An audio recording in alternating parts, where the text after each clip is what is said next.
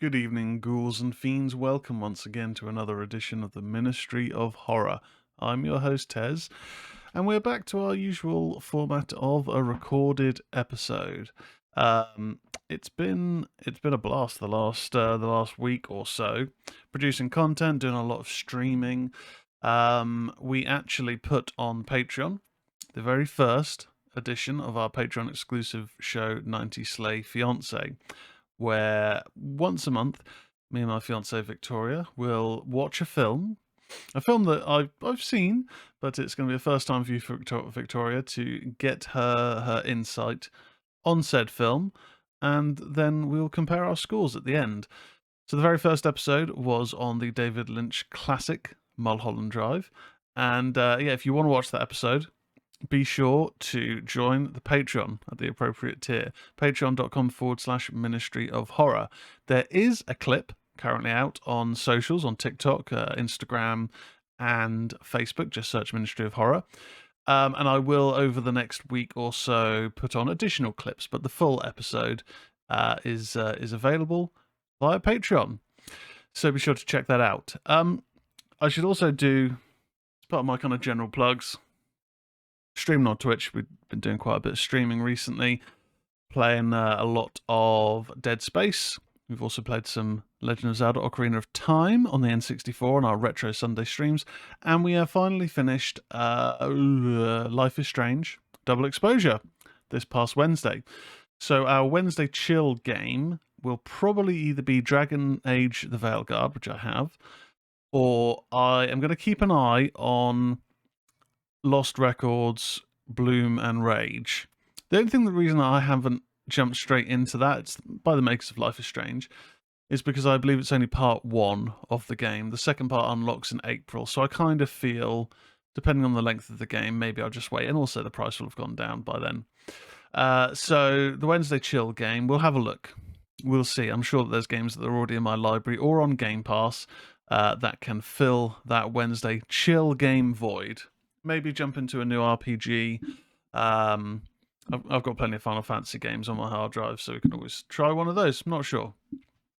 But what I will say is really sort of doing a drive to push the Twitch channel. We're very close to finally hitting 100 followers, which would be very cool if we can do that. You know, it's been a real slow build with the channel, but I have had a great time jumping back into streaming after taking quite a break of regular streaming, where I had been doing it, you know, multiple times a week for quite a little while. So having a great time doing that. Now, if you want to support the channel, we have a donate button on Twitch, which you can donate via PayPal. Every little helps. Ching ching, as they say. And but we also are really trying to push building up the subscribers. Because a lot of this streaming is to really try and help and aid with our wedding and honeymoon fund. Now, if you already have Amazon Prime, if you're a Prime member, one of the benefits that a lot of people aren't aware of that you get with Prime is Prime Gaming. So you do actually get access to free video games just from having an Amazon Prime account. And one of the other benefits that comes with that is you can, if you don't already, you can set up a Twitch account, which is free, and you can link your Prime membership to that Twitch account. And what that does, that gives you a free monthly subscription. You have to sub each month. It's not a recurring sub, but it means that you can subscribe to Twitch streamers. So what I'm kind of just doing at the moment is really trying to implore anyone to just spare a couple of minutes of your time to subscribe to my Twitch channel, twitch.tv/Tezzius, Tezzius. You don't have to watch the streams if you don't want to. That's completely cool. I understand. But if you consider using your free Prime subscription on my channel, it'd be greatly appreciated, because it does all go a long way. So there's the shameless plugs out the way. I'm going to also have to give a shout out now to our Patreons. We have the Gruff, we have James, and we have Bericles. Thank you very much, guys. Your support is much appreciated. And if you haven't already joined the Patreon, there are free membership tiers where it just helps. You'll get vlogs. There is some content on there. Vlogs, blogs, post-cinema opinion pieces. But if you want to follow the Patreon as a free member, that's completely cool, because that does also help build up the channel's visibility on the platform. So just consider doing that. Anyway, shameless plugs out the way. We have a few reviews that we're going to get to a little bit later on. I'm going to try and keep this a bit condensed of a show, famous last words. But yeah, it's been a busy old day. We've got stuff to be doing, so I needed to get a show recorded. I need to do some overtime this weekend. We've got a busy Sunday, so and I'm doing a bit of gaming later on, which hopefully, depending on what time we start, I'll also be streaming. So I'll have probably done the stream by the time you hear this, but yeah, looking forward to that. I'm going to be playing some Gears of War 5 on stream, hopefully. But in terms of reviews, the films that I've watched this week, I finally got around to watching The Watchers, which has now been renamed, I don't know when that happened, to The Watched. It was down as The Watched on Sky Cinema. I also watched the Shudder release Little Bites, directed by Spider One. And I finally got around to watching Osgood Perkins' The Monkey, which has recently been released into cinemas, the adaptation of the Stephen King short story. But before we get to that, it is time we had the the horror news.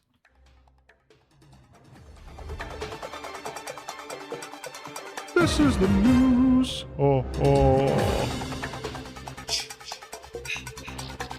Apologies, I think that was a little bit quiet. Going in. You hang up on me again, I'll cut you like a fish, understand? This is God. There we go, boom, horror news, boom, boom, boom, shake the room. Buffy the Vampire Slayer actress Michelle Trachtenberg has passed away. But starting off with very sad news. This comes from Alex DiVincenzo, and this is from bloodydisgusting.com, where all of our horror news comes from. Be sure to check them out. Yeah, as I say, sad news to start off the horror week. Buffy the Vampire Slayer actress Michelle Trachtenberg passed away the morning of February 26th at the age of 39. Her death is believed to be from natural causes. Sources say she recently underwent a liver transplant and may have been experiencing complications. Trachtenberg played Buffy's younger sister Dawn Summers, appearing in 66 episodes across the series' last 3 seasons. She also co-starred in the 2006 version of Black Christmas and hosted Discovery Kids' Truth or Scare. Outside the genre, Trachtenberg was known for Gossip Girl, Harriet the Spy, Eurotrip, 17 Again, Mysterious Skin, Inspector Gadget, and The Adventures of Pete and Pete. She won 3 Young Artist Awards and was nominated for a Daytime Emmy, 3 Saturn Awards, and 2 Teen Choice Awards. Yeah, incredibly young age to be passing. Very, very sad news. So, I'm only really familiar from Michelle Trachtenberg from Buffy. Big fan of Buffy. We talked about the show on an episode a little while ago, and I have seen Eurotrip, but that really is about it. And I did warm to the character of Dawn. I remember when the introduction at the start of season 5 initially occurred. And I think, like everyone, I was a bit like, wait, she's got a sister? And obviously that became part of the plot, is that she had been implanted into their lives. She's the key, hidden into the group. And I did find her character, Dawn, incredibly annoying for the most part in that early run. But you have to also remember that probably is also the point. It's this younger sister who doesn't really respect that her older sister's the Slayer, and can be a bit bratty, and especially when finding out that you're not actually you're not a traditional person. You're this mystical key that has been transmogrified into a person to be implanted into the Summers' lives, to be hidden from Gloria, I believe. It's a good season of Buffy, and the following seasons were good. And actually, I think the only season that I've always thought was a little bit of a slow going in the early half of it was season 4, to be fair. But yeah, incredibly sad news. Very, very young. Rest in peace, Michelle Trachtenberg. Next in the horror news. And Chrome's gone slow. Jason Goes to Hell and Jason X slash into 4K UHD from Arrow Video in May. This is from Alex DiVincenzo. Jason Goes to Hell, the final Friday, and Jason X will be released on 4K Ultra HD on May 20th from Arrow Video. Both the theatrical and unrated cuts of Jason Goes to Hell have been restored in 4K with Dolby Vision, HDR10 compatible. Original lossless stereo and DTS HD 5.1 surround audio options are included for both. The 1993 ninth installment in the Friday the 13th franchise is directed by Adam Marcus from a script by Dean Laurie and Jay Hewley. So we got the details for a lot of the features. I'll just kind of skim over them. Introduction to the film by the director Adam Marcus. Faces of Death, interview special makeup effects creator Robert Kurtzman. The Gates of Hell, an archival interview director. Jason versus Terminator, director Adam Marcus on Growing Up with the Cunninghams. Uber Jason, an archival interview with Kane Hodder on playing Jason. And then there's a few different commentaries on the unrated cut second disc. Reversible sleeve featuring original and newly commissioned artwork, as with a lot of the Arrow releases, which is always quite cool. Kane Hodder reprises the role of Jason Voorhees for the third time, starring with John D. LeMay, Carrie Keegan, Erin Gray, Alison Smith, Stephen Culp, and Stephen Williams. Jason X has been restored in 4K with Dolby Vision, HDR10 compatible. 2001 10th installment in the Friday the 13th franchise is Jim Isaac directs from a script by Todd Farmer. We got an introduction from Kane Hodder, a number of different commentaries, Scoring the Stars, a new interview with the composer Harry Manfredi. Outer Space, the making of Jason X. In Space, No One Can Hear You Scream, an archival interview with the writer Todd Farmer. Jason Rebooted, Sean S. Cunningham on Jason Goes to Hell and Jason X. The Many Lives of Jason Voorhees, an archival documentary on the history of the character, and quite a few other bits and bobs there. Now, I do quite like the slipcase artwork for both of these. They've basically got a Jason mask, two halves of a Jason mask with a kind of a slash down the middle, revealing something relating to the film. So Jason Goes to Hell, we've got kind of a nice clean Jason mask on one side, and then on the other side we've got the mutated, embedded into skull part of the mask, which he showcases at the very start of the film before he gets blown up. And then with Jason X, you've got your frozen half of the Jason mask as he gets frozen and cryogenically frozen, and then the other half is the metal Mecha Jason or Uber Jason, whatever it is. I have to admit that I haven't seen Jason X since it came out, and I picked it up on DVD back in the day. But I remember thinking it felt to me at that time like a made-for-TV sci-fi horror film. It was just a bit too cheesy for me, and unfortunately that was my introduction to the Friday the 13th franchise. Jason Goes to Hell is an interesting one because I'd always heard it's the worst one. It's fucking terrible. It's just, whatever. And so because of that, I just had the lowest expectations. And I rented it on Prime Video one time because I thought, you know what? I was doing the Friday the 13th, I don't know if it was a ranking show that we did or just a discussion on the series. So I had to give it a watch. And actually, yes, it is batshit crazy, but it is quite fun. And I sometimes do like a bit of fun in my horror. And so maybe with that in mind, I should revisit Jason X because I, as I say, haven't watched that. I haven't been in the mood really to watch that since seeing it way back when.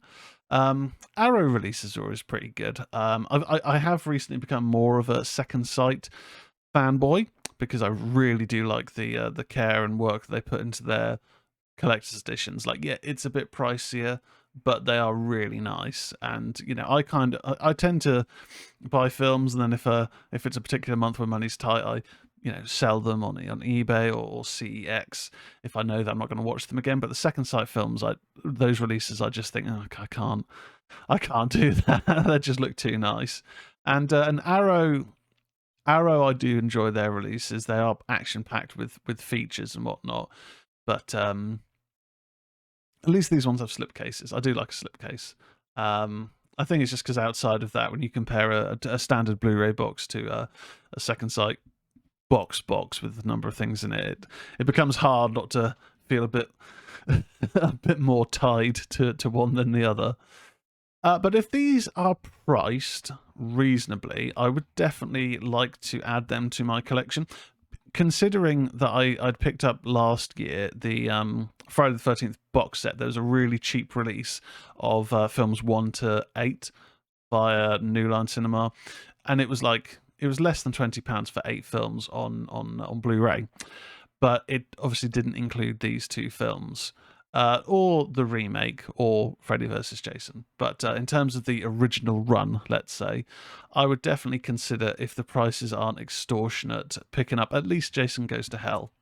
I'm going to have a quick look on Amazon.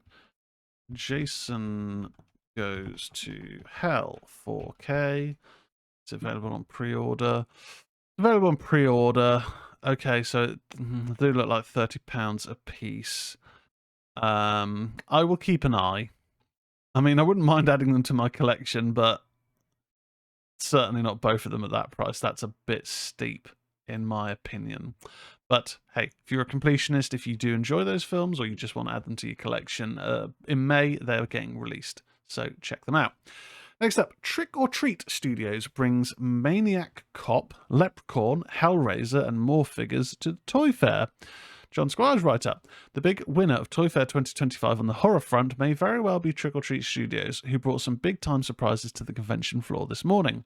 Upcoming licensed toys from Trick or Treat Studios include Maniac Cop, Hellraiser, Leprechaun, Terrifier 2, Killer Clowns from Outer Space, and Army of Darkness. The most surprising reveal has to be the Maniac Cop action figure, which is headed our way in 2026. This marks the first officially licensed Maniac Cop figure we have ever seen. Trick or Treat's Hellraiser wave, meanwhile, will include Pinhead, Chatterer, Butterball, and female Cenobite, with unpainted prototypes on display at Toy Fair this weekend. And yes, we're even getting a Warwick Davis Leprechaun figure from Trick or Treat Studios, along with a wave of toys based on George A. Romero's zombie classic Day of the Dead, so you know it's going to be Bub. Other upcoming figures from the company that are on display at Toy Fair include Ash and the Winged Deadite from Army of Darkness, 2 female clowns from Killer Clowns from Outer Space, Art the Clown and Sienna from Terrifier 2, and even the characters from The Gate. Also on display is a figure of the Crow based on James O. Barr's original comic book.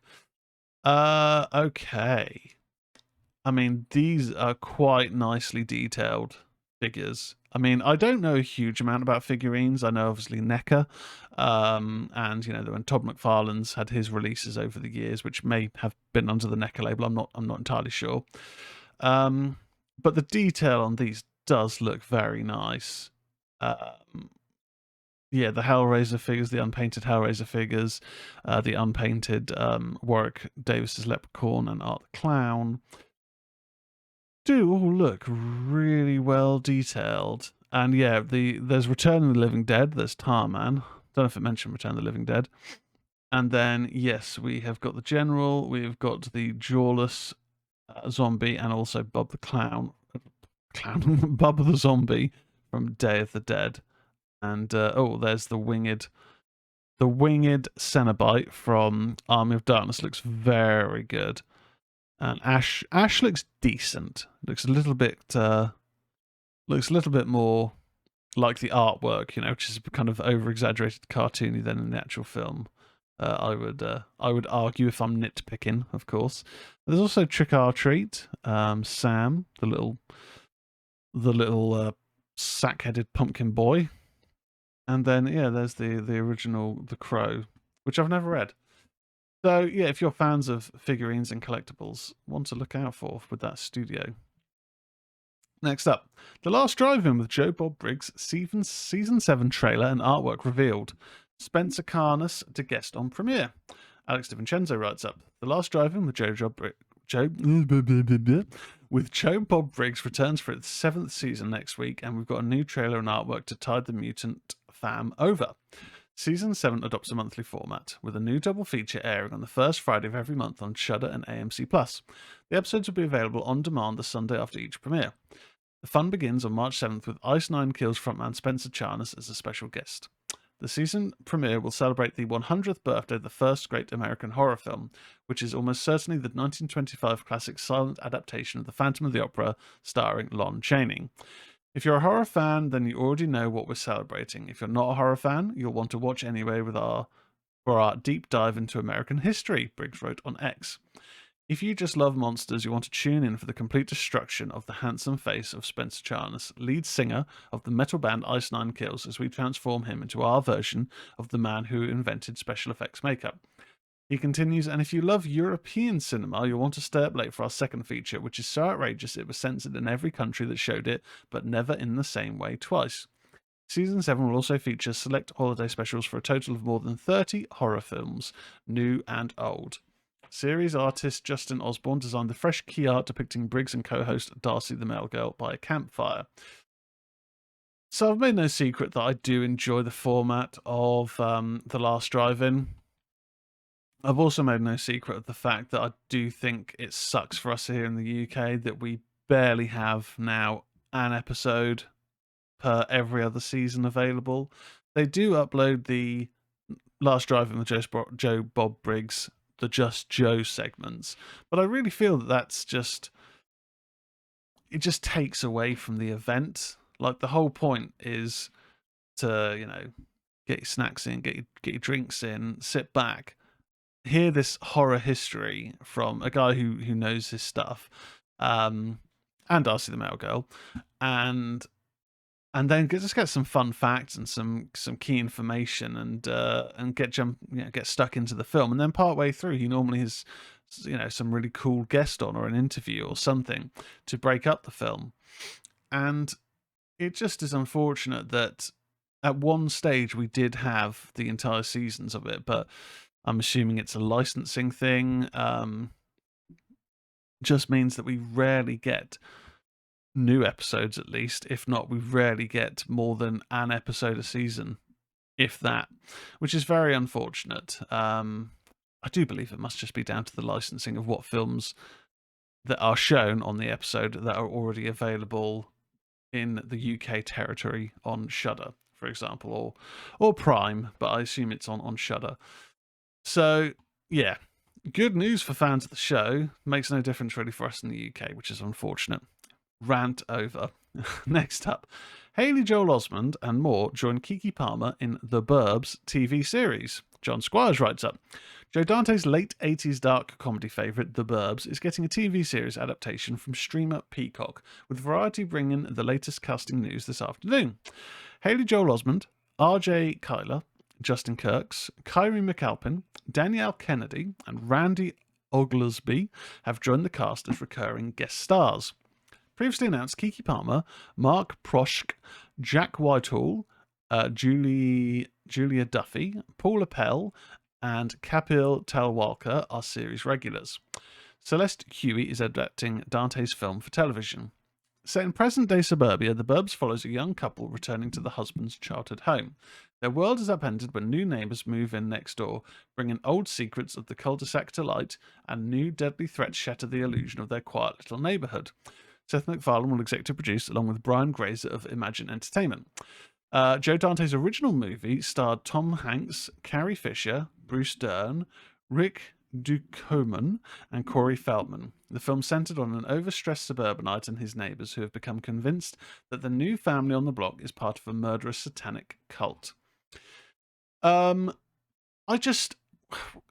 like The Burbs, and it's a film that I actually, now reading this, I'm thinking, oh, maybe I'll see if we can put that on a bit later on, because I do have the Blu-ray copy of that.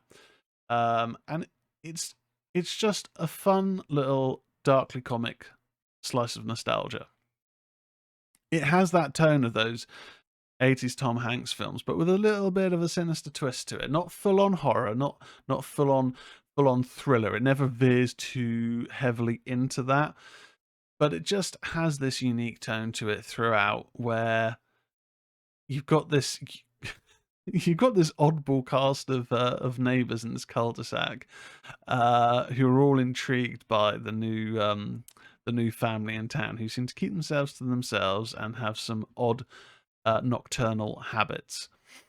But it has that Hanks charm, and it's got a great cast in it. I do thoroughly enjoy it, and I think doing a series of it, I just hope it doesn't go down the route of being dark and gritty and full of gore and full of profanity. Like, obviously I've got no problems with those things, but they're not really the ethos of the original film.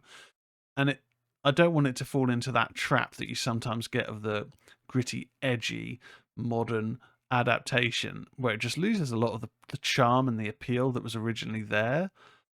I kind of feel, lean into that. Go for that tone, and maybe they will with Seth MacFarlane on board. Is traditionally in the world of comedy with Family Guy, Million Ways to Die in the West, or 1,000 Ways, whatever it is. So yeah, hopeful. I'm going to remain optimistic, but there are concerns there. So we shall see. And then finally, in the new horror news, pig shit teaser. The squeal is real in Southern Fried indie slasher throwback. Another Alex DiVincenzo right up there. He's a busy guy. While most slash throwbacks draw inspiration from the tried and true staples of the genre, the upcoming pig shit is described as I love that title. I'm going to read that again. The upcoming pig shit is described as a gruesome love letter to deep-fried 80s slasher classics like Slaughterhouse and Motel Hell. The squeal is real in the teaser trailer from Astronomic Studios. The film follows a group of young adults who return to an abandoned pig farm for a late-night party. Unbeknownst to them, the farm holds a dark secret. Years ago, a young boy met a horrific end there, and his grieving father vanished into the woods. But now, he's back. Fueled by madness and bloodlust, the deranged farm will stop at nothing to protect his land from the outsiders, some of whom may know more about the boy's death than they've ever admitted. Josh Schaefer of Lunch Meat VHS dons the pig mask as the titular slasher. Patrick Moran, who played the killer in Jack-O, makes a special appearance in the film. The film is a gnarly, dirty throwback to the kind of movies I grew up renting, says writer-director Bobby Canape Jr. Pig shit doesn't hold back. It's mean, nasty, and exactly the kind of slasher fans of the 80s Southern backwoods horror are going to love. Dan Grogan, Mel Helfin, Ryan Martell, Kelsey Baker, Chris Lutalone, and Mason Hamby also star. Currently in post-production, the film is gearing up for an October release. This does look a lot of fun, and I absolutely love the title. For some reason, the title just reminded me of one of the support bands. So I went to Wembley this week to see Pantera, and it was an absolutely incredible gig. I was very much deaf for a day, or at least afterwards, but it was worth it. We had a great time watching King Parrot is who I'm thinking of here. Wasn't familiar with them before. Grindcore, it's a bit full on, but I really enjoyed their style. Power Trip were incredible support, and then Pantera absolutely owned it, absolutely destroyed it. Very, very much enjoyed that, and it kind of made me think I need to listen to more music. I need to stop just always listening to podcasts. Obviously, don't stop listening to this to put music on, but if you've fallen into the trap that I have over the years of listening to less and less music when you have downtime or whatnot, don't. There's good stuff going on out there. He says, well, endorsing a band that hasn't done a new album, obviously, since they split up in like 2001 or something like that. But yeah, it's a good time. Anyway, pig shit. Check it out. And that is it in the latest horror news.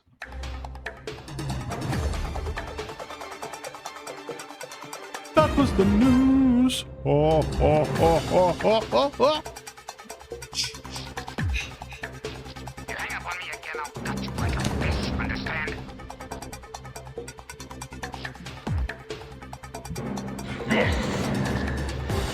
This is God. There we go. Right, ghouls and fiends, it's now time to jump into the reviews.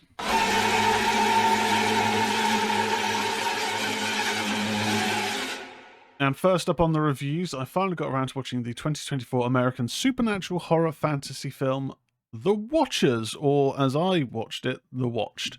I don't know why the title changed. I remember when this was being released, it was called The Watchers everywhere. And then when I happened to notice it was on Sky Cinema the other day, I clicked on it and I looked at the artwork and I thought, what's it called? The Watched? Is that the same film? I'm pretty sure that's the cover art for when this film was coming out, but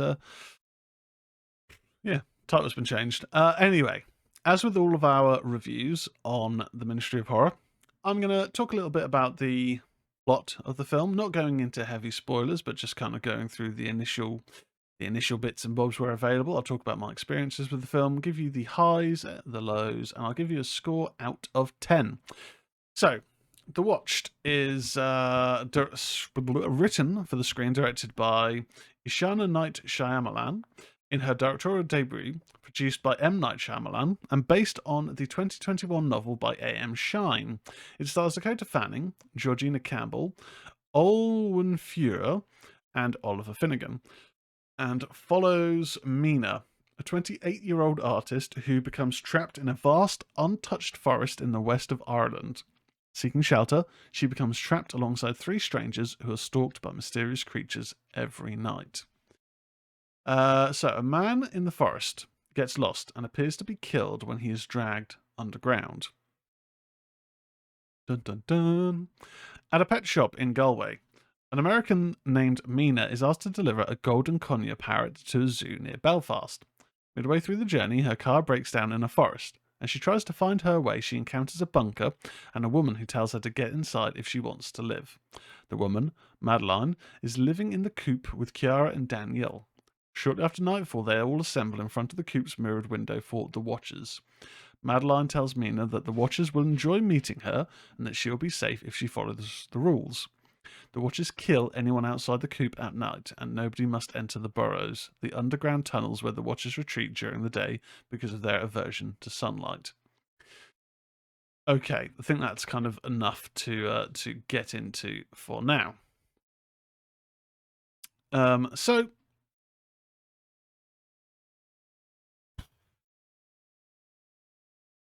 what to say about this film, really? It's certainly a film that I would say needs sticking with. So, early doors, we're meeting Mina and getting the idea that she's a little bit aloof. Like, there's something that she appears to be hiding. When she goes out to bars or whatnot, she puts a wig on and tries to blend in and be one of the other locals, even though she's not. It's a little bit odd, and it's something that she doesn't really feature too heavily later on in the plot. But she gets this task to take a parrot to this zoo, but ends up having her car break down as she's entering this really, really, really mist-heavy forest. And it almost feels like you're entering a like the Forest in the Blair Witch Project. You're entering a realm, maybe, that once you've kind of entered, it's almost impossible to get out of. That's not necessarily the case, but ultimately she finds herself drawn in further and further to the point that it's almost the point of no return. Which doesn't necessarily still make sense for this opening part of the film, because once she's into the bunker, once she's been saved by this older lady and told the rules, she finds that going out of the bunker, there are kind of warning marks, like distance posts around the perimeter of the bunker, that basically mean if you go up to this point, then the likelihood of you being able to get back to the bunker is kind of getting slimmer and slimmer. It's almost like the point of no return. And that's, I guess, generally kind of down to distance and being able to cover the distance to get out of there in time. But my query with that would be, well, she wasn't. It wasn't really made obvious that she'd entered the forest really, really early in the morning. So why couldn't she have made her way back to her car? I mean, ultimately her car had broken down, so there's still that issue. But I did sort of think that felt like a little bit of a loophole, and it may have been answered and I just wasn't paying attention. That's entirely possible when it comes to me watching a film. So there's these rules they have to follow. And I do think that as the film progresses, it does get quite interesting. There are elements of horror. There's moments where a character who has become lost appears supposedly back at the bunker asking to be let in after nightfall, and it's a case of, well, is this really them, or is it a trick? What are the Watchers outside? And we do get those answers. I think what pleased me with this film is it wasn't just ambiguity for ambiguity's sake. It is paced quite nicely, I felt, in terms of establishing the rules of the location establishing when things are starting to not quite go to plan, and that maybe Mina is breaking these established rules to try and get answers and try and find a way out. But it does a good job of pacing out the difficulties of getting out of the situation whilst also revealing what is actually occurring, what these things are, and leading us on a bit of an adventure from that point. We're not just stuck in a bunker for 90 minutes. Performance wise, I think Dakota Fanning was pretty good in this. She's quite a compelling leading lady, I felt, and I also felt Olwen Fura was very good in this film as the I suppose like the mother hen of the group to an extent, but they all played their part quite nicely. I found that I did actually enjoy this a bit more than I thought I was going to. On the basis that I remember when this was coming out, I was not really that interested in watching it. I think with it being an offspring of Shyamalan, who I enjoy some of his stuff, but I do still feel that there is that stigma of, well, it's an M. Night Shyamalan film, what's the twist going to be this time then? And you're almost just waiting for the end for, oh, how is this going to be turned on its head in some increasingly nonsensical way? But that's, that's a bit of a bias there, and I don't think that is going to be a stigma that is going to follow a Night Shyamalan around, or hopefully not, because I think this is quite an established little debut from them. Unfortunately, it wasn't a huge hit. It just about recovered its initial budget via box office, but not profitable. And I guess that initial budget may not have had marketing in on it, so probably was loss making. But I think that was a little bit unfair, maybe. I think it's a pretty competent film. I'm going to give The Watched, or The Watcher, depending on your region, 6.5 out of 10. Certainly better than I thought it was going to be. Next up, we are going to move on to the recent release on Shudder, Little Bites. Little Bites is a 2024 horror film directed by Spider One. Now, if you don't know who Spider One is, traditionally Michael David Cummings, Spider One is the founder and frontman of the rock band Powerman 5000. If that name seems familiar to you, you might be a wrestling fan, and they did one of the Raw or SmackDown intro musics for a little while. He is also the younger brother of musician and filmmaker Rob Zombie. For better or worse, love majority of Zombie's music, love some of his directorial outputs. I've expressed opinions on maybe some of the trappings that he falls into personally and how things could improve potentially. But this is Spider-One's debut, I believe. Premiered at Fantastic Fest in 2024, released by RLJE Films in theatres on October 4th, followed by a streaming release on Shudder. Starring Chrissy Fox and executive produced by Cher, the film received mostly positive reviews from critics. So typically this has very little blurb on Wikipedia, but I'll just mention it's starring Chrissy Fox, John Skleroff, Elizabeth Phoenix Caro, Barbara Crampton, Heather Langenkamp. So we've got some horror royalty in there. Bonnie Aarons, who has played the demon Valak in the Conjuring universe, also played the Bum in Mulholland Drive, which I had never made that connection before, but now reading that, it does make sense. And also Chaz Bono, who I've now seen a couple of films of Chaz Bono, and I do quite enjoy him. He's quite amusing.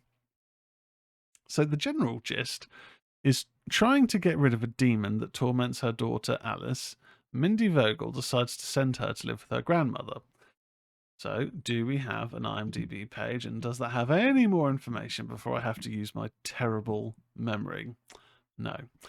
In a desperate attempt to protect her 10-year-old daughter, a young widow allows a nightmarish monster to slowly eat her alive. Now, I was hoping when I looked this up online, there might be a bit more of a blurb available that will tell me exactly what occurs, more so in the finale, which obviously we won't talk about here. But there is a storyline on Wikipedia, or IMDb, I should say. Trapped in the living nightmare of motherhood, Mindy, a single mother harboring a horrible secret, has willingly cut herself off from her unsuspecting precious daughter, Alice. After all, the girl must never know what's been going on behind her back. But as Mindy's unimaginable problem gets the best of her, fear and abuse slowly drain her life away. And the thing in the basement is always hungry, no matter what. Its feeble human host must keep feeding it, or else. With one delicious little bite separating life from death, will Alice realise the extent of Mummy's sacrifice? So it definitely does feel with this film that there is this underlying, oh, this is all a metaphor. You know, this is like the Babadook, it's all a metaphor for grief or, difficulty of a mother connecting with their child that should be natural, but sometimes it isn't. Potentially, and that maybe will answer some of the things in it, but for the most part, it's a decent film. So we are essentially just following Mindy around for the majority of this film, and her body is covered in these horrible bite marks and scars to the extent she always has to wear long sleeves and dresses and whatnot. And you do see when she looks in the mirror at certain points in the films, like the extent of the damage. But she lives alone in this house. She's had to send her daughter to live with her mother, who her mother's just like, what the hell's going on? You know, you're meant to be a mother. What are you doing? You just, can't face up to it. Like, she's not very sympathetic. But Mindy in this house will occasionally hear a dinner bell ring. And when she hears that, she has to go down to the basement and allow this really really evil looking being, which is probably one of the highlights in appearance in this, called Agyar, to bite her and feed on her. And he always likes the arm rather than the leg or anywhere like that. He just prefers the arm. And slowly this is just draining the life from her. But she has to keep her daughter away to keep her daughter safe, because essentially this being wants to eat her daughter. And it goes down the routes where you can kind of predict that, oh, it's, either the bites aren't going to be enough for this creature and it's going to want, to eat, a human, or she's going to have to go down alternate routes because she can't take the abuse anymore. It does sort of go down those trappings. There is an element of predictability here, but it is shot very, very nicely. The score in this does work to highlight the sorrow and the pain that Mindy is going through. I like those aspects. I do like the weird twisted relationship Mindy has with Agyar, because he does speak. He looks demonic and evil, but he does speak very eloquently. But that being said, you do have question marks of, I know this is her house, but if this being is somehow tied to the property and is always there, whatever, burn the house down. It doesn't really feel like it's ever explained anywhere what Agyar is, how he came into being. Has he always been at the house? Has he been summoned there? Why she can't just move away? If she did try and do that, would it just follow her? You do have question marks that I feel just elements of dialogue, even if it's just between them, could have established. Again, maybe that happened and I lost interest and missed out on it potentially. I'll take that on board if anyone does say, well, actually, it was confirmed in this moment of dialogue, blah, blah, blah. But then ultimately, if this is also all just a metaphor and allegory for something, then, you probably wouldn't get those conversations. But it did feel that there was some, you could have tied up how this relationship kind of started, potentially. As I mentioned, it's shot very, very well. I think the only things that really let this film down is the finale. I didn't really understand the finale. I think it does fall under that. Well, because of this whole being a metaphor, this is the point when the power is shifting, or blah, blah, blah, without sort of going into too much detail. But I definitely found that the finale of it was a bit disappointing. I think it's a solid debut for Spider-1, and I did really enjoy the aesthetics of it. And I think there are certain moments of dialogue from Agyar where I thought, okay, this thing even though you don't see it, there's a moment where behind closed doors it does something incredibly viscerally violent, but you don't see it. And I think that works well to an extent. I mean, maybe we do need to see a little bit of something. Not sure. But I did feel that moments with his dialogue were very, very menacing and worked to make you think, okay, this is a horrifying being. That he basically says at one point that he will eat every last inch of Mindy and just leave her eyes so she can see, but not do anything about what he's going to do to her daughter, where he'll essentially eat the flesh down to the bone and all this stuff. It's really, really, really quite terrifying little moment of dialogue. But I do feel that the last 20 minutes or so, it does take it takes a few sort of jumps, and you just start asking questions like, well, why did it leave the house only to then sort of come back and ask to be let back in? Like, where did that why did that occur? But again, maybe I missed the metaphor there. Maybe I need to have a look on Reddit and see if someone answers it elsewhere. I'm giving it a 6 out of 10 because I feel finale put to one side, shot very well. The acting in this is great. I think Chrissy Fox, I'm not familiar with outside of this. Terrifier 3? I did think I sort of recognised her, but she's the mum at well, she's in Terrifier 3. I can't remember which one she is. I think she's at the opening of the film. Yeah, there we go. I did think I recognised her, but couldn't remember what from. She's very good in this. And nice little cameo, small role from Heather Langenkamp, and Barbara Crampton's always solid. But yeah, it's really just that final section where I found myself sort of thinking, didn't really stick the landing. A little bit disappointing at the very end there.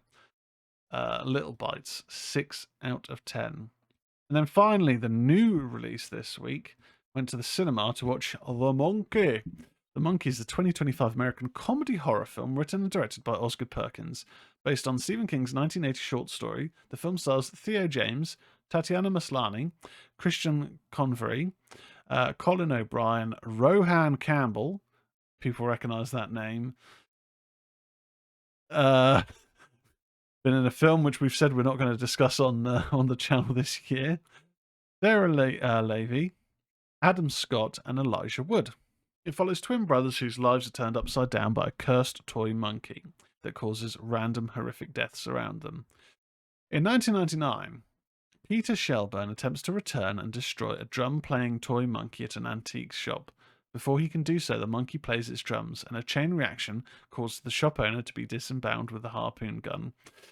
Shortly afterwards, Petey disappears, leaving his wife Lois to raise their identical twin sons Hal and Bill.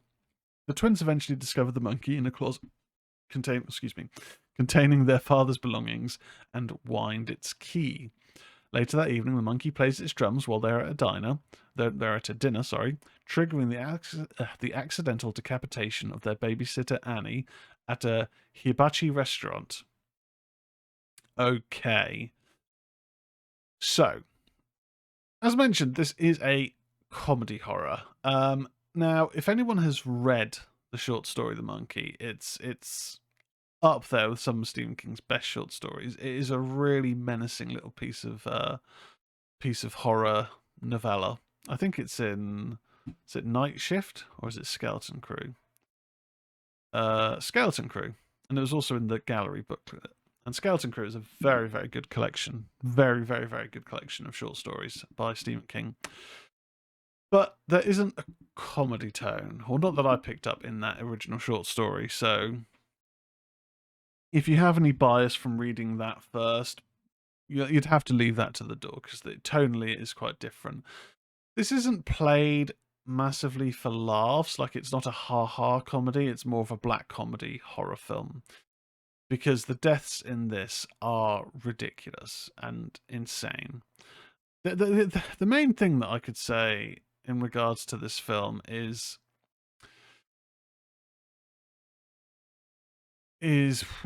bizarre. That doesn't mean I didn't enjoy it, but it is a bizarre film. it does have some really great and unique deaths throughout the film. There are some really solid moments where just in the cinema on a few of the deaths, I was there just sort of squirming in my seat, like, oh my god, that is horrible. But it is done with this sort of comedic tone to it. It's not done in a way of like, oh my god, it's terrifying. There's no scares really in this film. There isn't really any moments of build up tension because it is quite ridiculous. Um, we're following Hal and Bill, and Bill is a bully who's always picking on Hal, and Hal is essentially our protagonist. And we're doing a bit of a time jump from them as kids, understanding how this monkey works and the impact that it's having on those around it. And then it can't really be controlled in the way that they initially think it might be. And we jump to 25 years later, where we are following Hal as a father himself who is basically very estranged from his son. He keeps himself to himself to avoid this monkey ever returning, if it were to return, and bringing that bad karma with it and the bad luck, the tragedy that befalls around it. Performance-wise, this is everyone's pretty good. I think Theo James does a decent role as the lead, but I'd say Tatiana Maslany is a really kind of the standout in the small role that she has. Famous for Orphan Black and She-Hulk. She's very good in this film, but it's not a huge role. Elijah Wood has kind of a brief little kind of cameo, and it is quite funny. I think maybe more could have been done with that role. But I do think it is a film that, as it progresses and we get some revelations leading into the final half hour, we're not short on comedic deaths, but the storyline does go quite, I don't know if I'd say outlandish, but just, yeah, bizarre is really the only word that I can attribute to this film. It goes almost like kind of quite comic book in terms of the plotting and nefarious schemes that are going on behind the scenes. Not to say that I didn't like those elements, but I think it's just a case of it just feels very far removed from that tone of the Stephen King piece. And so that was a little bit jarring for me. But ultimately, I did have a good time with it. But I did feel myself a little bit. I don't say disappointed, but I felt a little bit kind of lacking of what I'd want from the next Osgood Perkins release and a Stephen King adaptation. Like, to me, I had a brilliant time with Longlegs, huge Stephen King fan. So the combining of those two worlds was something that I was initially very excited about. But I think it was the tone for this that really sort of took me a bit off guard. And I didn't think Rowan Campbell's performance in this was that great, not just because of any bias with the character that they've previously played, but they are a bit like, they've got this really bad, like, long-haired black wig on, and it's like, is it meant to be a wig in the film? Because it looks really bad. Not sure. Not sure. I get the character that they're playing probably would have long rocker hair, but it did look bad. But if you want to see inventive deaths, and there are a lot of inventive deaths in this, then it's a pretty madcap evening. I don't know how well it's done. It's doubled its budget in the box office, so it's only been out a week. It's doing all right then, but yeah, it was a bit of an odd one for me. Enjoyable but odd. I'm going to give The Monkey 7 out of 10. Didn't reach the heights that I would hope for. Isn't scary, if you want to talk about horror in terms of, for me, when I think scary, not that I'm terrified, but did I feel tension? No. Did I feel creeping dread? No. Did I feel jump scares, whatever? No. Did I see some cool deaths? Yes. Was it pretty funny in places? Yes. So I had a fun time, but it wasn't your traditional sort of horror film, and that's fine. That's fine ultimately. 7 out of 10 for the monkey. Anyway, thank you very much for listening. Again, Ghouls and Fiends. This is going to be hitting the Patreon, and then 48 hours later, your usual podcast platforms and YouTube. Be sure to give the YouTube channel a follow or subscribe or whatnot. We are getting some more regularity on views there since doing multi-streams. So we've been doing streams that have been hitting Twitch, but also YouTube and TikTok. So if you aren't already, please follow me on those platforms, Ministry of Horror. You'll see the logo. It really will help. And then, of course, just to again reiterate about Twitch, if you do have a Prime membership, you do get a free monthly subscription to any channel of your choice on Twitch. I'd really appreciate if you would use that on my channel. It doesn't cost you a thing, but it does help the wedding fund pot. So that is twitch.tv/Tezzius, Tezzius. Anyway, Ghouls and Fiends, thank you very much for listening and watching once again. I'll see you next week, and we'll no doubt have more films to talk about. And I will try and bring back a featured presentation. I haven't done one in a little while, and I know that is a little bit lax of me. So I will get thinking about a particular topic to talk about, or if there is a particular film or director's work or film series that maybe I haven't touched on before, but you think, oh, I'd quite like to hear about this series or this director or this, whatever horror character or series or interconnection of films, whatnot. Hit up the socials. Ministry of Horror is on X, Ministry_Horror. There's also Facebook or Instagram where you can hit me up. We have a Discord which is on the Wrestling Arena, but hit up on the platform of choice. Comment on the YouTube video, whatever, on Twitch, if there is a particular topic that you think would be a good discussion point, and I will consider it and most likely do it, because whatever, I like the interaction. Thanks very much, Ghouls and Fiends. I'll catch you again next time. Goodbye.